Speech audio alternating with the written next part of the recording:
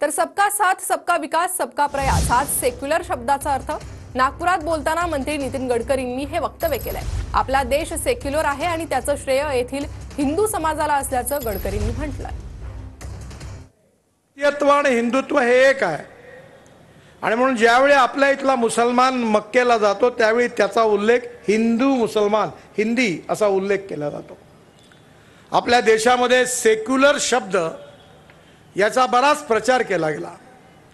मधल्या काळामध्ये धर्माधर्मामध्ये वादविवाद व्हावे अशा प्रकारचे युक्तिवाद व्होट बँक पॉलिटिक्स करता झाले, पण सेक्युलर शब्दाचा अर्थ होता सर्व धर्म समभाव।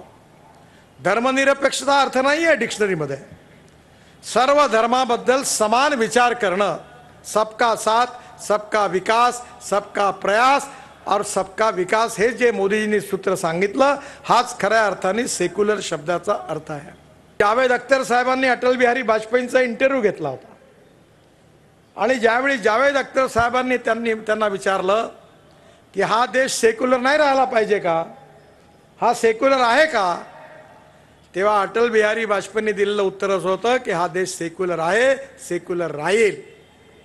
पण हा देश सेक्युलर आहे तो काँग्रेसमुळे नाही, भारतीय जनता पार्टीमुळे नाही, RSS मुळे नाही, पण हा देश सेक्युलर आहे याचं खरं श्रेय कोणाला असेल तर भारतातल्या हिंदू समाजाला आहे की त्यांची सहनशीलता, सर्वसमावेशकता, त्यांचा इतिहास, त्यांची संस्कृती आणि विरासत ही अशी आहे की हा देश सेक्युलर आहे आणि सेक्युलर राहील।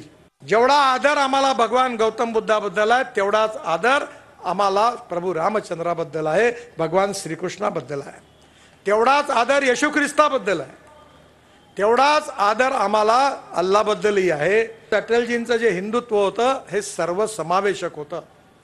आम्ही जातीवादी नाही, आम्ही सांप्रदायिक नाही आणि खऱ्या अर्थाने त्या अटलजींनी एक संदेश संपूर्ण देशाला दिला, एक नवनिर्माण भारताचा, एक सुखी समृद्ध संपन्न हिंदुस्थानचा आणि एक जात पंथ धर्म भाषा याच्या वरती उठून एक सार्वभौम हिंदुस्थानचा।